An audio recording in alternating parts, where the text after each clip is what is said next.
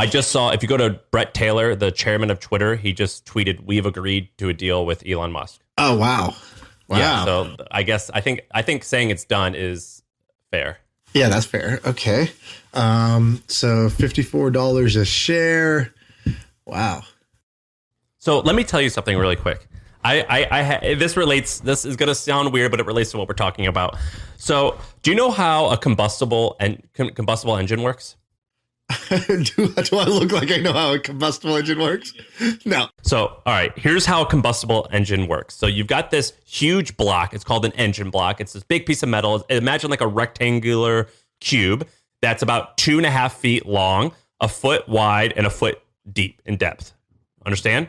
Okay. Sure. When you hear like a 4-cylinder, 6-cylinder, 8 cylinders, 12 cylinders, that's how many cylinders they're going to drill into that block of that engine block. And so do you know how big a cylinder is? Well, I've eaten Pringles before, so I could just sort of imagine. You're not far off. So it's around it's like a can of Coke almost, a little bit bigger, but like just for the sake, we'll say it's like the size of a can of Coke. Okay. And in those cylinders goes a piston, which is basically like you've drilled those holes and like you got something like almost like a size of a can of Coke going back and forth through those holes. And the way it works is you have a shaft that connects to the pistons, which turns that up and down motion of the cylinders going up and down into motion that the engine can use. But check this out. In order to make this all work, you have this thing called a spark plug in each cylinder. And then you have this other device called a carburetor. And that mixes the perfect amount of fuel and air into the cylinder. And the spark plug makes a small spark. And there's a miniature explosion in the cylinder that creates so much pressure that piston is moving up and down. Does that all make sense? Okay, I follow. I don't know why you're telling me about this, but I understand it now. Listen. So it gets even crazier. You know how you're driving and your car will say like 6,000 RPMs? Yeah, sure. That means that those pistons, so these pistons, it has to be airtight for that explosion to be in that cylinder. So these pistons, they're super tight into that cylinder and it's creating a lot of friction. When it says 6,000 RPMs, that's 6,000 revolutions per minute. And 6,000 means you're like driving pretty fast, but not crazy fast. That means those pistons are moving up and down 100 to 150 times per second. Wow. And you have oil in your car because those pistons are rubbing against metal and it needs oil. Otherwise, if you leave it without oil, they're moving so fast, it's going to fuse together and basically weld the piston to the cylinder. Jeez. Okay. Okay. The reason I'm bringing this up, listen. I can't wait to hear it. And like, because I just watched a YouTube video about it and it's still fresh in my mind. That's why I had to say it. You did? No, it sounds like you just like went on a deep dive. Well, I was thinking about this.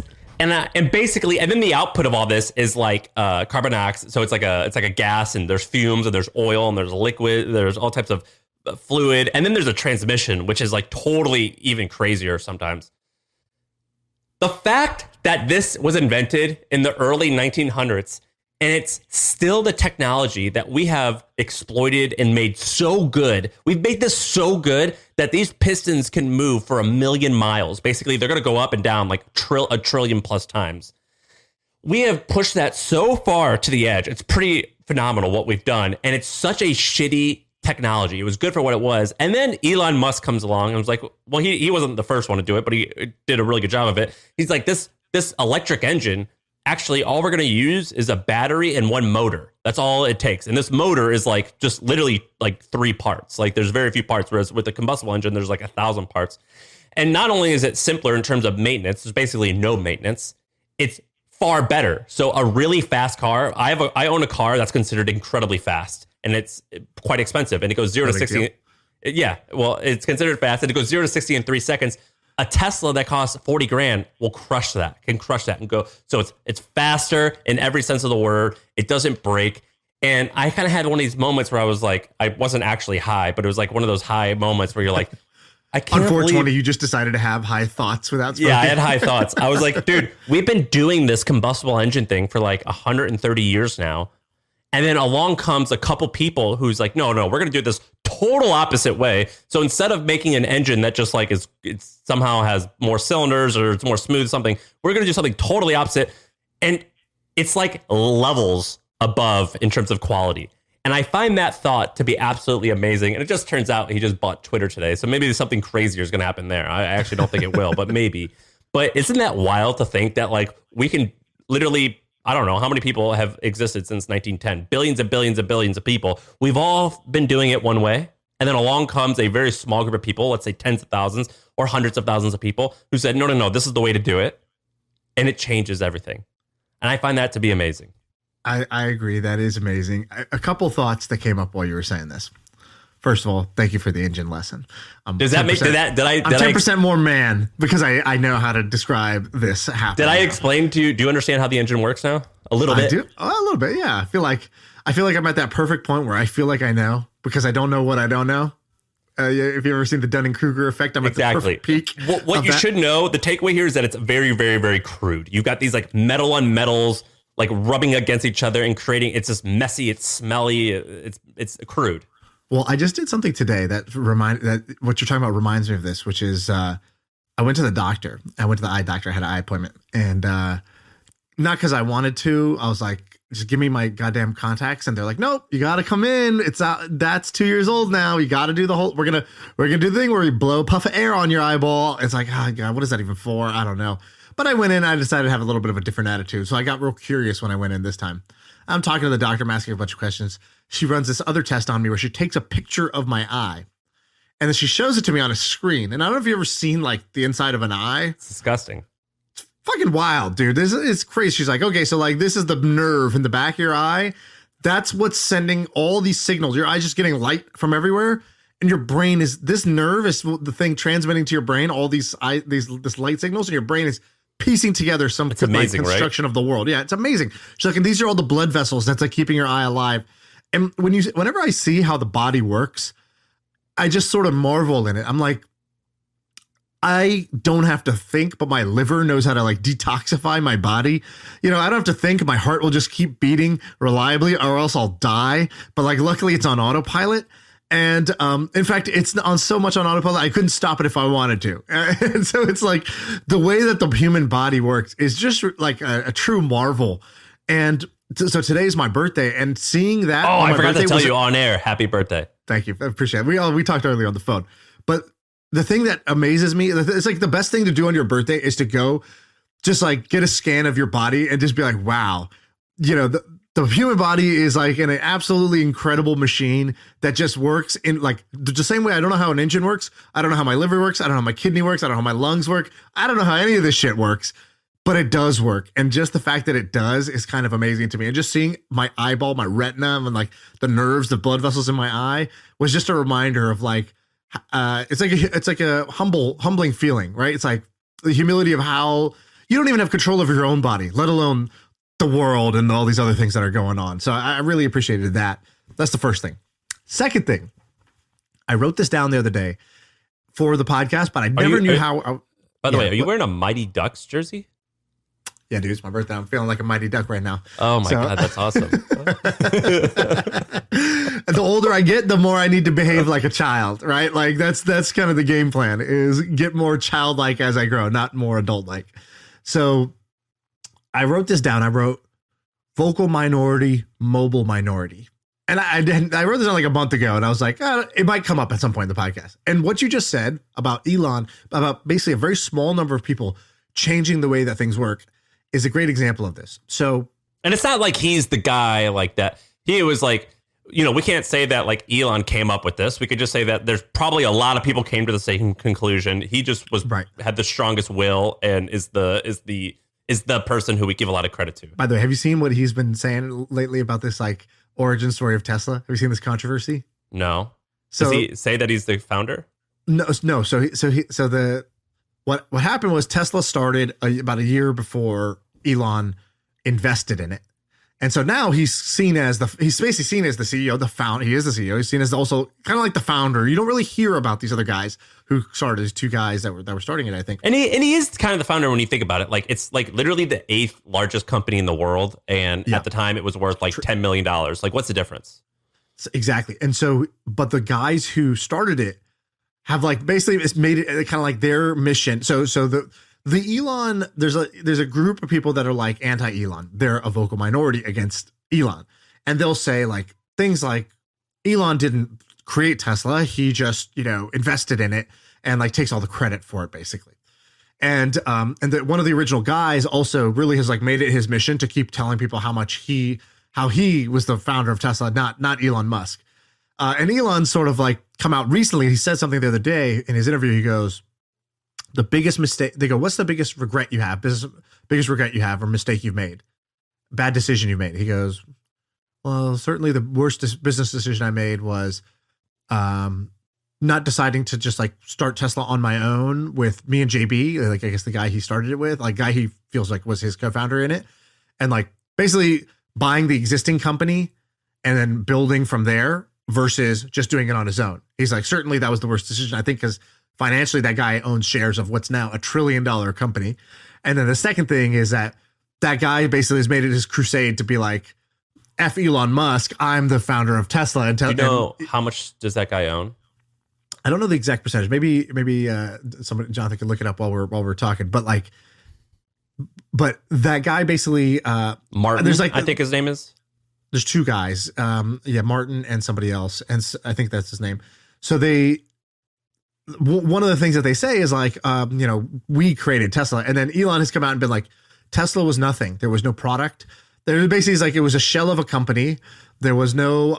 It was like pre-launch, pre-everything. I invested $6.5 million. I think he invested in the first round, knowing also that I'd have to invest way more after that. Took a chairman role, and then like basically he had the guy who designed SpaceX's logo, designed the Tesla branding, and like he's like, I guess he created it. It was an inactive company, is what he had said. I think he tweeted something like this out, that it was like a dormant company or something like that. And so there's like some controversy around that actual founding of it. But yeah, how is that his biggest mistake? That doesn't seem like that big. Like it worked out fine. And also one could argue maybe it was worth it just for the name.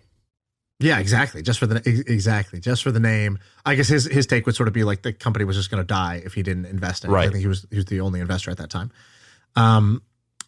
So anyways, okay, back to my vocal minority. So we see this a lot on Twitter and other places where there's a vocal minority. This is what people call cancel culture. This is what people will call like sort of the haters or the naysayers online. There's a small group of people that are sort of unhappy about anything that happens. And they'll be unhappy that Twitter's being bought by Elon Musk. They'll be unhappy that he's a billionaire. They'll be unhappy that they'll say that Tesla's cars, yes, they're electric, but what powers the electricity? It's coal. They just always have something to say.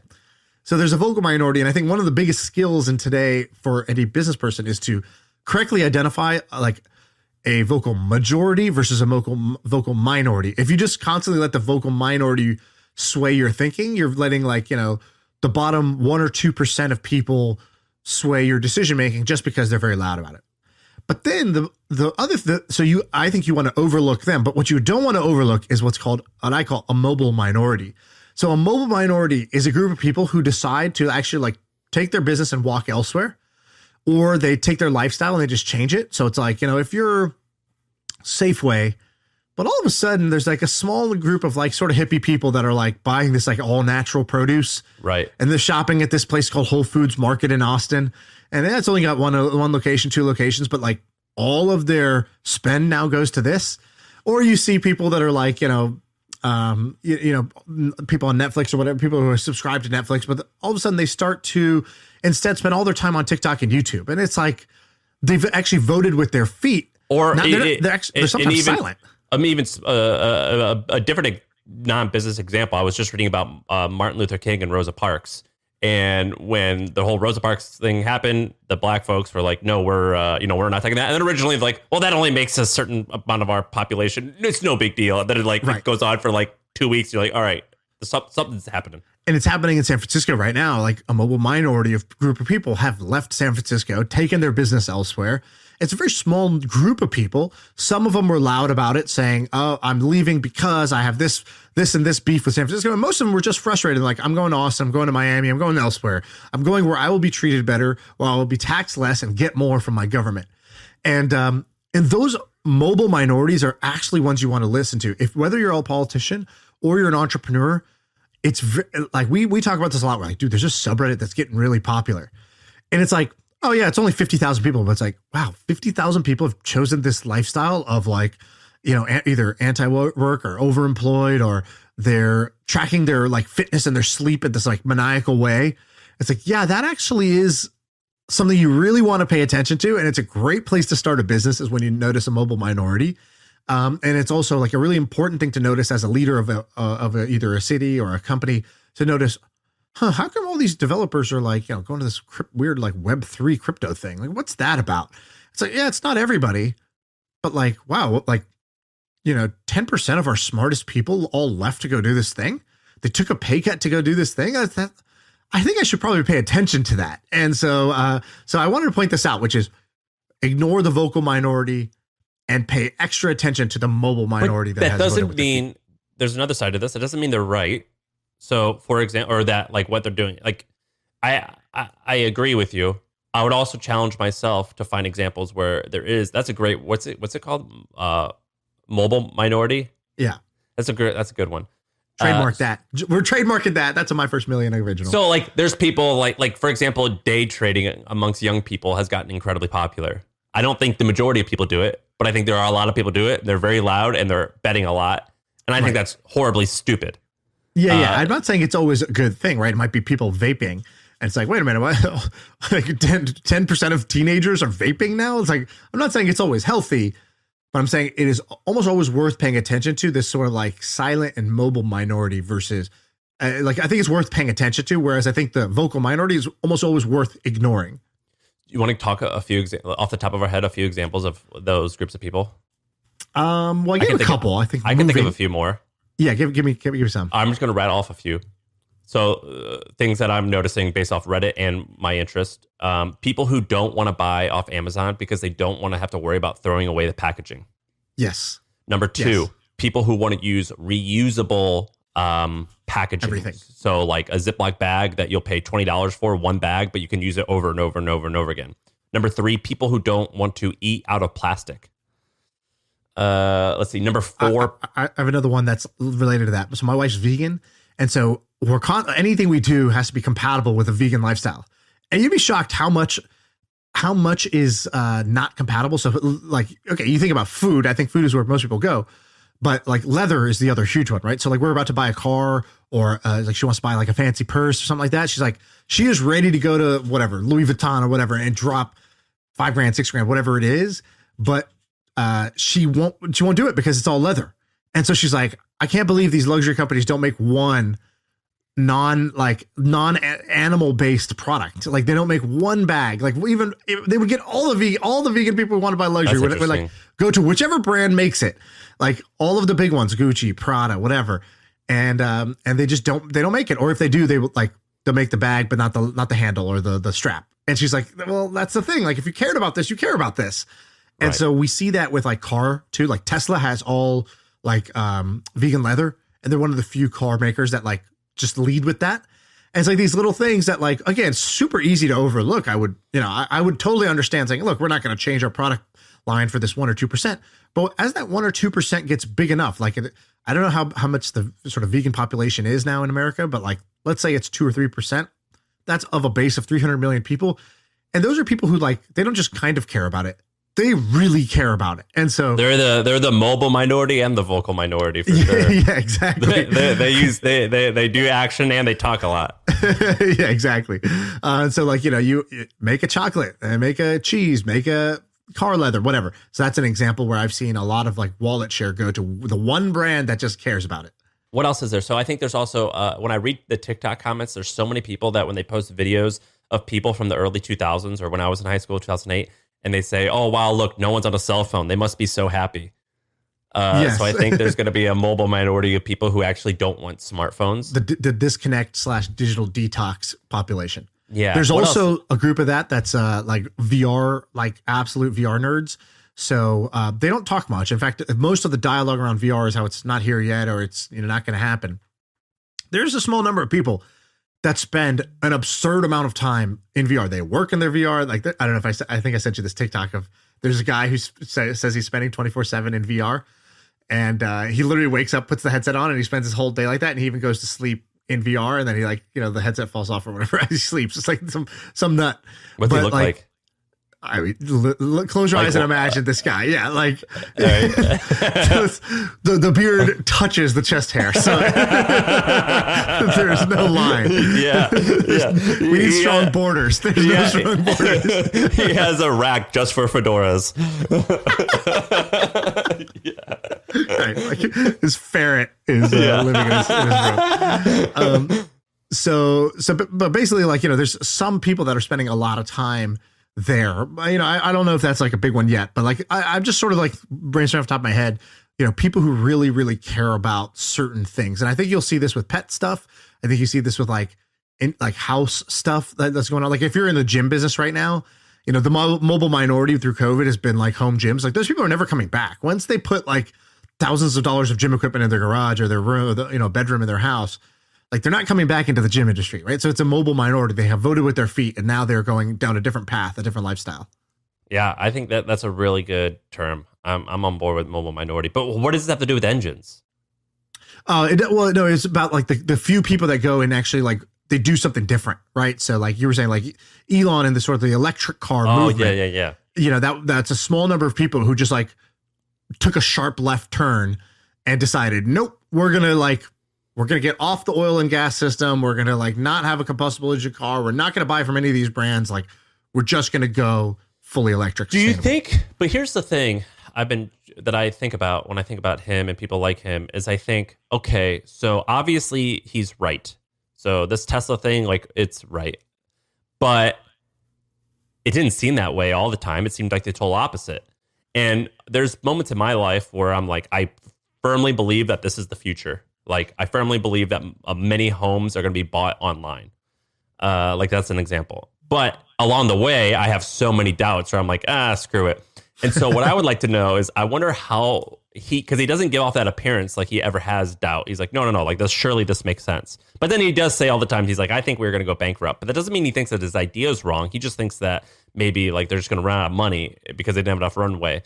And so do you think that someone like him or a lot of these other people like that there is self-doubt or what?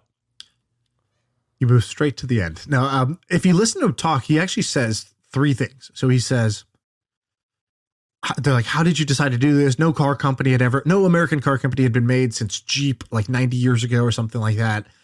Nobody had ever made an electric car, that was popular, a fully electric car. Nobody had ever, started a rocket company, a private rocket company, all this stuff. And he basically just said, they're like, so how did you decide to do it? And he's like, well, I agreed. Like the probability of success was low, but it was worth doing. So I just did it. Like he's basically like, I thought it was worth doing. Humanity needs this, so it's worth doing. Certainly. Probability of success is low. Certainly. And then he said one other thing, which was like, did you ever think about giving up? And he's like, he had said in that Lex Fridman interview, it is not in my nature. And like, I think it's, so if you take those three things, it's like, he doesn't decide to do it because he thinks it's going to work. In fact, he decides to do it because he thinks it's worth doing. He agreed that the probability of success was low, but not impossible. And he just decided that he's not going to give up. That's not in his nature. So you combine those three things. Well, doubt has very little place, right? It's like, no, I've taken into account the low probability of success, and then I'm not going to quit. So, and I just already decided it's worth doing. So we're in that, doubt can't live in that home. That's a 2-bedroom home, and doubt doesn't have a room in that house. So I think that's the psychology I've seen, not knowing the guy, just from his interviews. But I'm not sure if that's the entire reality, even though he said that. And here's why. Did you ever pay attention to boxing in the 90s with Mike Tyson? Sure, yeah. All right, so Mike Tyson came on the boxing scene when he was 19, and he was like the man until he was like in his early-ish 30s.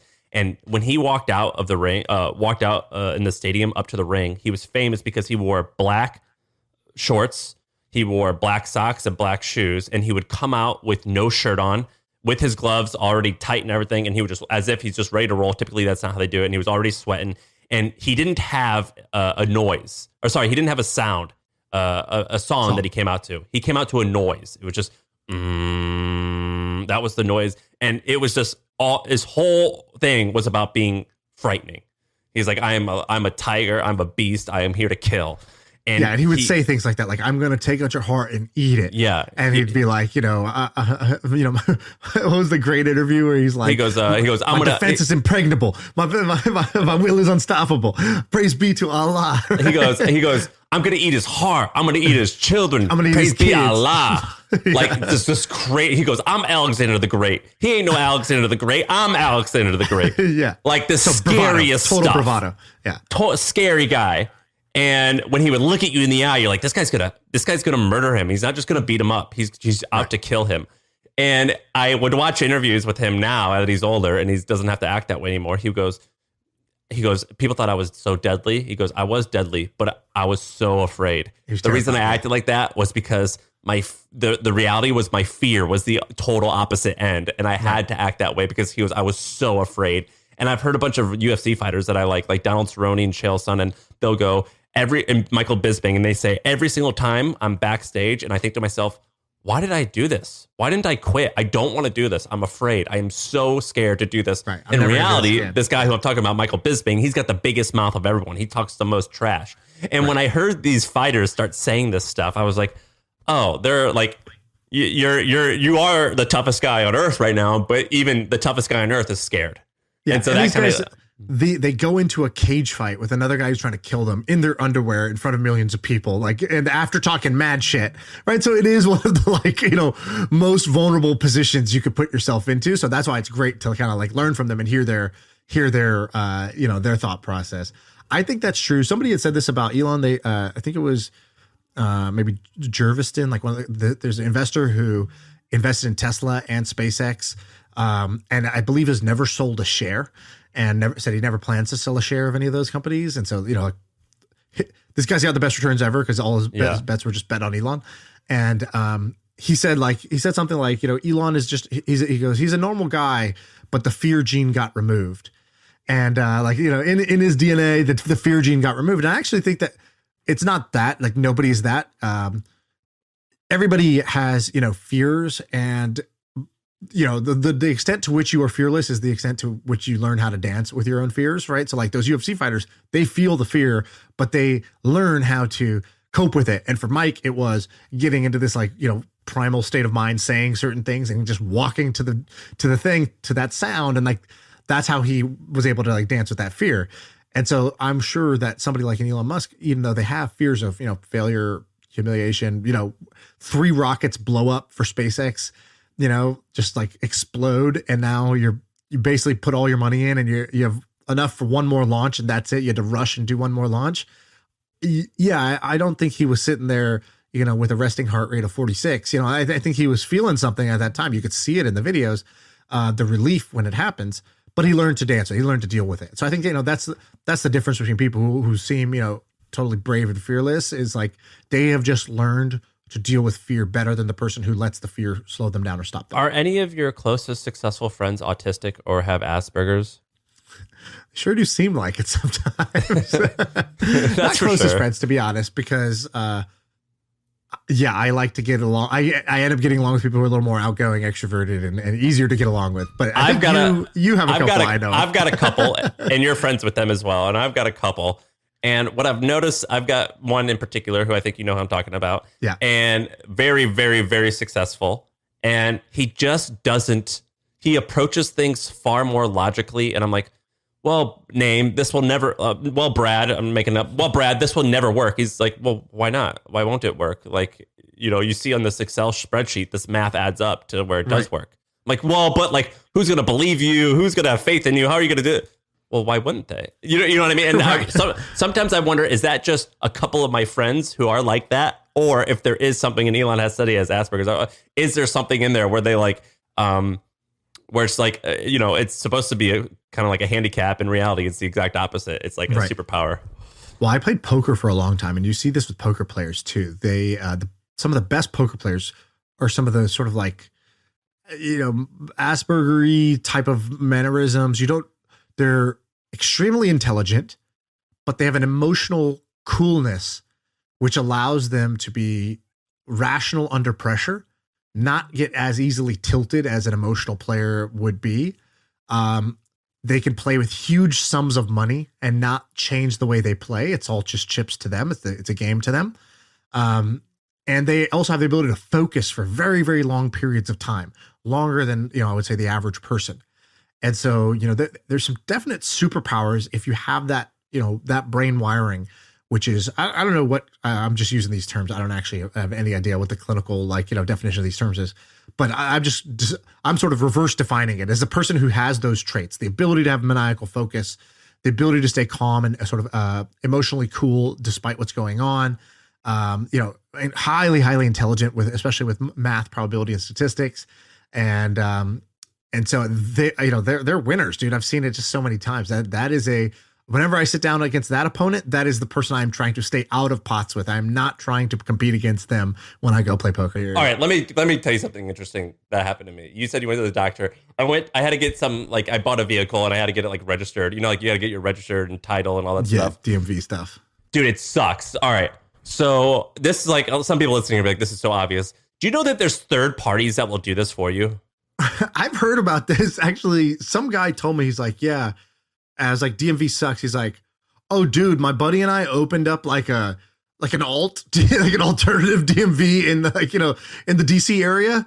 It's amazing. We do $3 million a year. I was like, what? Dude, you just open your own DMV? Yes. So what is it? I never looked into it. What is the rules? All right. So I went to the DMV and I didn't know you had to have an appointment to go. And the woman working there was like, hey, just go to this thing called Fry Title or something like that. And so I just looked it up on Yelp and it was 20 minutes away. And I went out there and there was a line out the door, but I got in and out. And so basically it's a crappy building in a strip mall, exactly like you'd think.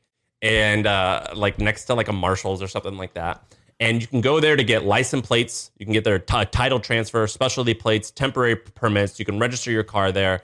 And it basically has a lot of the stuff that you would mostly do at a DMV. You can't do some things, but mostly everything that you do. And the way that you get it is you do a partnership with the motor vehicle department of every single state. And you got to go through this application process that I don't think is that hard. Because when I was there, I was talking to the owner and he was a 24-year-old. It was an unsophisticated, smart, but unsophisticated guy. And he was like, yeah, I just applied. And I was like, do you guys always have a line? Because there's signs everywhere that says no new line people at 4 because we close at 5. So basically, I was like, are you guys this busy all the time? He goes, constantly. And I'm like, are you kidding me? And he's like, yeah. And I was like, well, how do you guys make money? He's like, well, we're going to charge you $50 to $100 right here for this fee. And I was like, oh, no brainer. Because the DMV here in Austin, I've got to wait 4 months or something for an appointment, something crazy. Yeah. And it was a crazy service. And I started looking into it. And there's a few companies that are in the space. You know DMV.org? No. You never heard of DMV.org? It's if you Google, what paperwork do I need in order to get a license in Delaware. Gotcha. And it'll tell you what to bring. So that's out there. But there's basically all of these places that I've seen do this. They're just mom and pop, hole in the wall stores. And they are constantly packed. It was crazy fascinating. I did hear something which was that guy that I was telling you about. Something did end up happening, or they cracked down, or they lost their thing, or once I don't know what happened, but something bad did happen. This was years ago, so I don't remember. But let me tell you about 2 other businesses that are very similar. Have you heard of Aceable? What's Aceable? Aceable, it's in Texas. You're gonna love this business. So just go to aceable.com. You sound like George Zimmerman. You're gonna like the way you look. I guarantee it.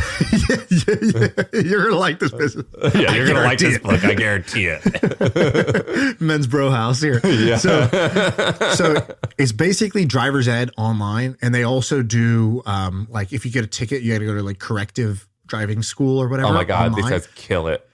So they're an officially licensed vendor for this driver's ed at these courses or whatever.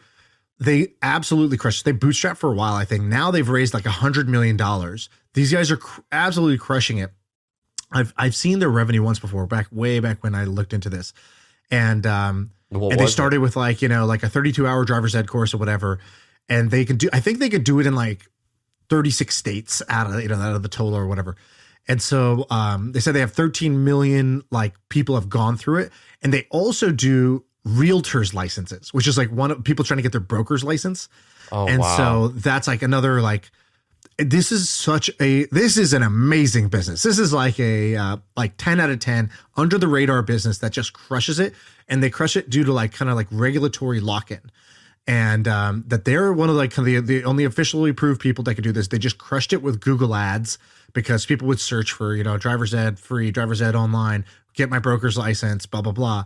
And there wasn't a ton of competition, I don't think, early on. And they just made a ton of money. And so I'm pretty sure $1 billion company at this point. Oh, for sure. Just doing this. This guy's name is Blake, who started it. Another Blake, Blake Myowski, the guy who started Tom's Shoes. His first business was an online driver's ed business, and he said he crushed it.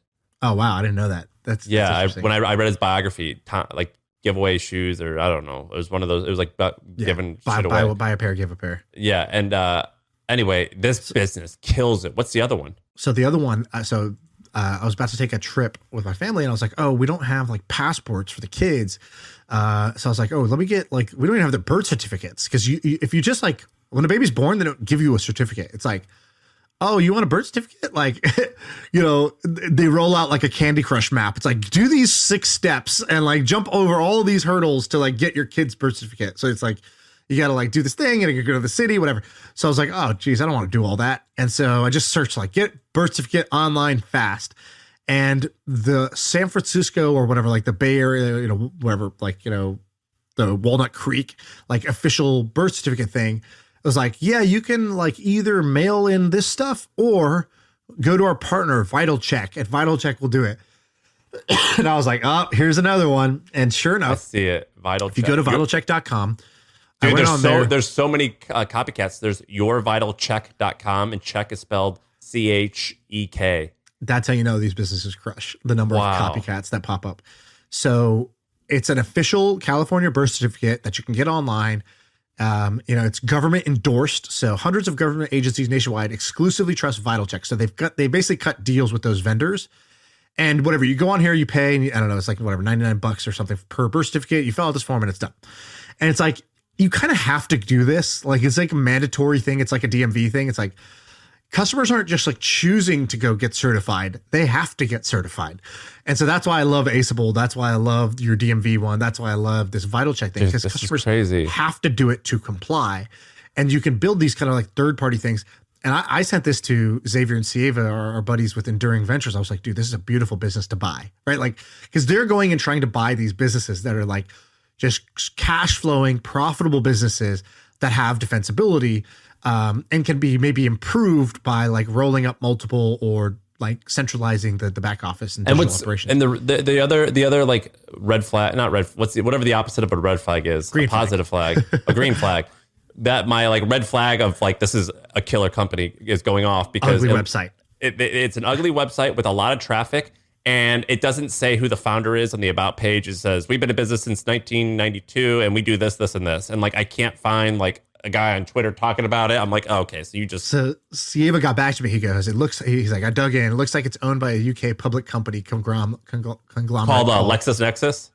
Relx, I think. Relx, which owns LexisNexis. It's like a multi-billion-dollar. It's like the most, I believe Relx is the most profitable company in the world in terms of margins. So, they own another. The big thing they own is, do you know how scientific journaling, like publishing works? Basically, these like doctors and stuff come up with these amazing insights, and scientific journals are like, yeah, we'll give you $500 for your article, and like and that's all they get paid. And every university like has paid money to get access to these journals, and so they make like $4 billion in revenue and like $3 billion in profit or something like that.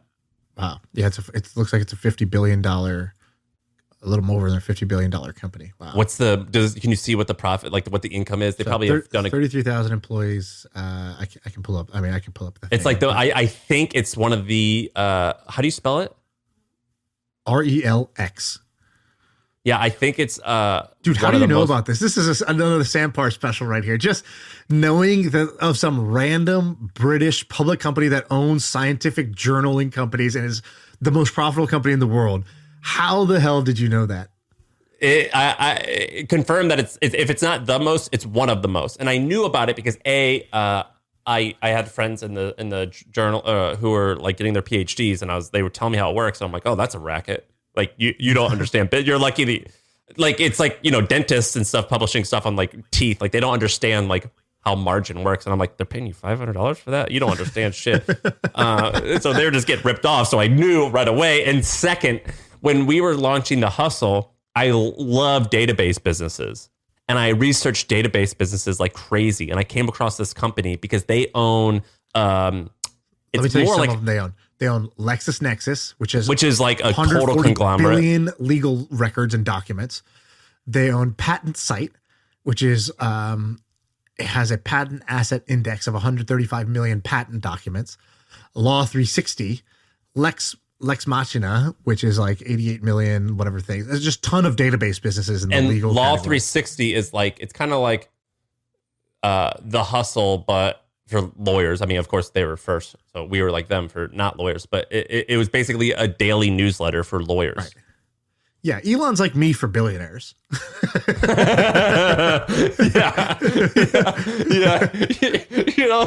The problem that I have about Elon is he just rips off my style. Like I was using Twitter way before, like I was popular on Twitter first. Yeah, I do memes, he does memes, right? Yeah. Like he's kind of like I'm impulsive, he's impulsive. What I am to podcasts, he is to money. Money, business, and innovation. Yeah. And dating celebrities. Doesn't have a podcast though. Got him. Yeah, dude. I was thinking of Jake Paul. We had Jake Paul on the podcast, and I was like thinking about it. I was like, if I got into an argument with that guy, he could just be like, "Well, I'm richer than you," and I'd be like, "Well, I can kick your ass." He's like, "No, I can kick your ass." I'd be like, "Oh yeah, you can." He's like, "Well," he'd be like, "Well," and I'd be like, "Well, I'm famous," and he would be like, "Well, I'm more famous." So I'm like, "Oh, you're like everything better." Like whatever, like I think of these people, like I'm like, oh, like you are everything I do, you are that, but better. I have nothing I could say to you in a fight. Right. Like you're just gonna win this argument every single time. I'm screwed. And so sometimes I ask myself, what can I possibly say? And so like that's sometimes I think about Elon. No, that's when you have to swerve into the virtue signaling and be like, well, I don't chase money and fame. Yeah. So yeah, you're way more famous and rich than me. Well, I wouldn't trade lies with you. You must be miserable. I have one thing you'll never have, enough. And that's the moral high ground you can always take on somebody better than you. Elon's like the Sam Parr but just of money. Good episode. See you later.